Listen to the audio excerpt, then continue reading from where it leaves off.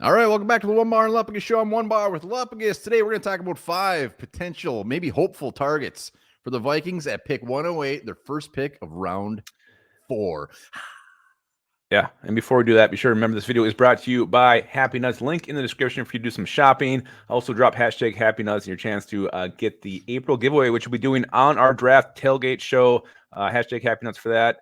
Get yourself the Ballber Pro. Look at this thing. This thing Look is at a that. damn serious thing. That's real nice. It could even cut through your thick pubic mane. I remember when I used to go to the gym and after college, and a lot of the old guys like to shower just for no reason and walk around as long as they can. A lot of those guys could have used that.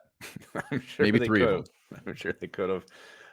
Yeah, so definitely check that out. All right, so yeah, pick 108. It's gonna be a popular topic, I think, coming up in the next couple of weeks because, I mean, shit, it's a second pick the Vikings are probably gonna have, assuming they do trade up to get that quarterback. And we're talking about 5. I think these are realistic options, right? I mean, at least according to what we're seeing now. Realistically good options. And I want to see your comments, as always, when you're hitting that sub button. Comments, guys, that you have. Maybe you're looking at pick 108. But let's start off with the big man down in the corner. Yeah.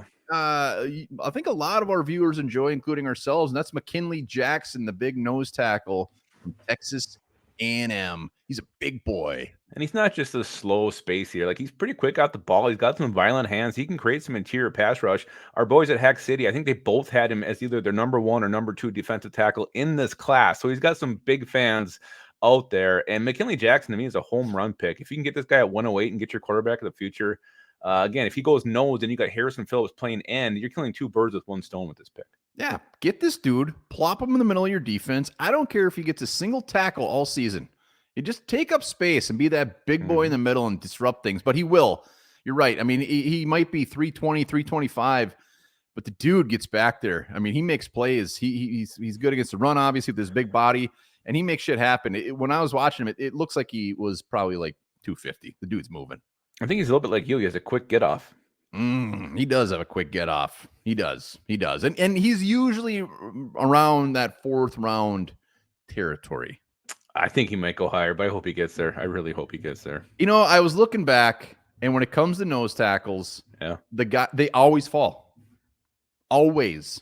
I mean, look at last year. Carl Brooks ends up going in the 6th round.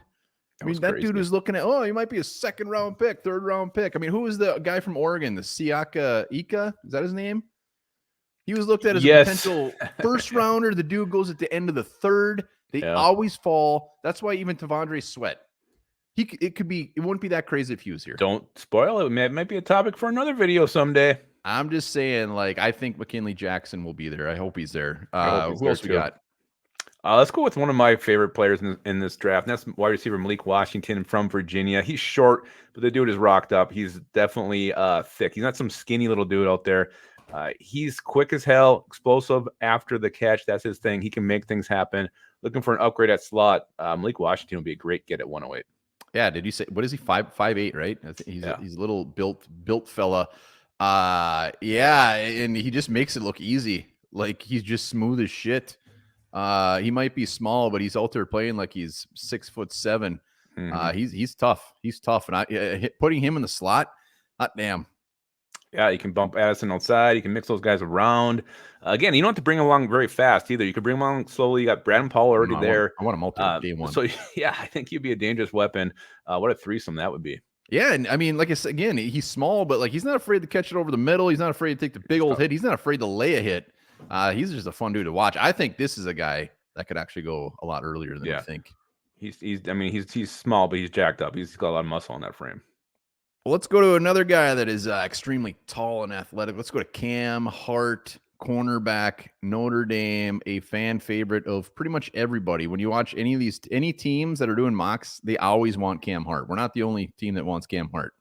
Yeah, I can see what we said with both these guys. We just talked Washington too. I was on with the Cardinal Rule. We had a lot of the same prospects we're looking at, like in the 3rd day. So, and Cam Hart's one of them. Look at what he did at the Senior Bowl. The dude is just sticky as hell in coverage. He's physical. He's big. I would be surprised if he made it to 108 too, but man, if he did, this would be a home run pick. A lot of home runs, just like me in Little League, just belting that thing over the fence. Cam Hart, I mean, the best part about him, everything you read about him, freak, athletic freak, got the size. You can't teach size. You can't teach his athleticism. And he comes in perfectly where Brian Flores can be like, look, I'm going to turn you into whatever the hell I want. I'm going to make you so damn good. You are going to be a freaking all-pro in 2 years, Cam. You hear me? Well, and you'd almost think he would be on the depth chart. I mean, he'd have a great shot of jumping over Evans and Booth. Jesus, I can play over Evans. I don't know, man. He's got probably not. The other thing with Cam Hart is, I mean, talk about battle tested. He went against Marvin Harrison this year. He shut his ass down. That was Marvin Harrison's second worst game. He had 3 for 30, shut him down.